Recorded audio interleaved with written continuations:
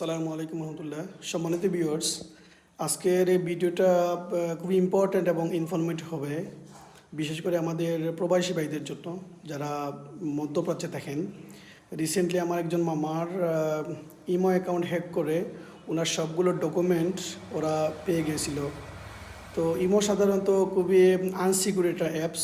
এখানে খুব সহজে হ্যাকাররা হ্যাক করে নিয়ে আপনার সবগুলো তথ্য হাতিয়ে নিতে পারে। ওই ইমো হ্যাক করার পরে ওনার দুবাইতে একটা অ্যাকাউন্ট ছিল, একটা ব্যাংক অ্যাকাউন্টও হ্যাক করে ফেলছে ইমোর মাধ্যমে। হয়তো উনি না জেনে না শুনে ওনার সবগুলো ইনফরমেশন দিয়ে দিয়েছেন হ্যাকারদেরকে সামহাও। ওকে, তো আমি চাচ্ছি বিশেষ করে প্রবাসী ভাইদের কাছে বিনীতভাবে অনুরোধ জানাচ্ছি, তারা দয়া করে ইমো ইউজ থেকে বিরত থাকুন। যতটুকু কম পারা যায় আপনারা ইমো কম ব্যবহার করেন। ইভেন বাংলাদেশের কথা বলছি, ইমো অ্যাপসটা বেশ আনসিকিউরড।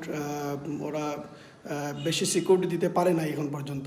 তো আমি বলবো আপনারা যতটুকু পারেন ইমো ব্যবহার থেকে বিরত থাকুন।